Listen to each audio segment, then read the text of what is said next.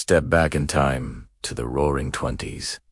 A decade of jazz, flappers, and hidden wars fought in the shadows of New York City. This is the story of Joe the Boss Masseria, a man who clawed his way to the top of the criminal underworld, only to have his empire crumble in a hail of bullets. In the 1920s, one name echoed with fear and respect through the streets of New York. Joe Masseria. He wasn't just a gangster. He was the self-proclaimed boss of bosses, a ruthless leader who built a criminal empire on ambition and violence. His power was absolute. His word was law. And his influence stretched across the city. But in the world of the Mafia, the higher you climb, the harder you fall, and a storm was brewing on the horizon. By the late 1920s, a bloody conflict known as the Castellammarese War had erupted, tearing the city's underworld apart. On one side stood Joe Masseria, the old guard Sicilian boss. On the other was Salvatore Maranzano, a charismatic and ambitious challenger from Castellammarese del Golfo, Sicily. The war was a brutal, relentless struggle for total control of New York's rackets. The streets ran red as both sides traded blows, leaving a trail of bodies and chaos in their wake. Masseria, confident in his power, believed he could crush any rival, but he failed to see the greatest threat was not in front of him, but standing right by his side.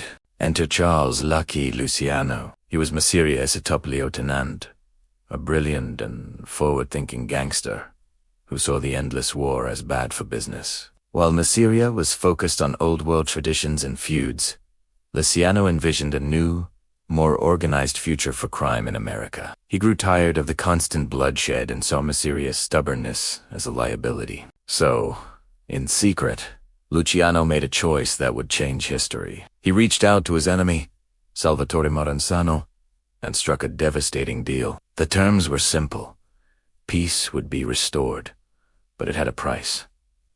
The price was Joe Masseria's life. April 5th, 10th, 1931, to Nuova Villa Tammaro, a quiet restaurant in Coney Island, becomes the final scene in Joe Masseria's story. The boss sits down for a leisurely lunch and a game of cards with his trusted right-hand man, Lucky Luciano. The atmosphere is relaxed, the food is good, and Masseria is completely unaware of the betrayal hanging in the air. After a while, Luciano calmly excuses himself to go to the washroom. This was the signal. Moments after Luciano leaves the table, the restaurant doors swing open. 4 gunmen later identified as Vito Genovese, Albert Anastasia, Joe Adonis, and Bugsy Siegel storm in, weapons drawn. Before Masseria can even react, the room explodes with gunfire. He's hit multiple times, slumping over the table. The playing cards, clutched in his hand just a moment before, scatter across the floor, stained with his blood.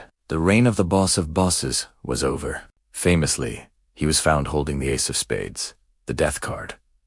The murder of Joe Masseria wasn't just the end of one man, it was the end of an era. With Masseria gone, Luciano and Maranzano moved quickly to reshape the American Mafia. They established the structure that would dominate organized crime for the next half-century. The 5 families of New York. And to prevent future wars, they created the Commission, a national governing body of crime bosses, to mediate disputes and regulate activities. This was the birth of the modern American Mafia, a streamlined, corporate-style criminal enterprise, born from the ashes of the old world. The death of Joe Masseria at a Coney Island restaurant was more than just a gangland. It was the dawn of organized crime as we know it today. Thanks so much for watching. If you're fascinated by the hidden histories of the underworld, make sure to hit that subscribe button and ring the bell so you do join us in our next video. We'll see you in the next one.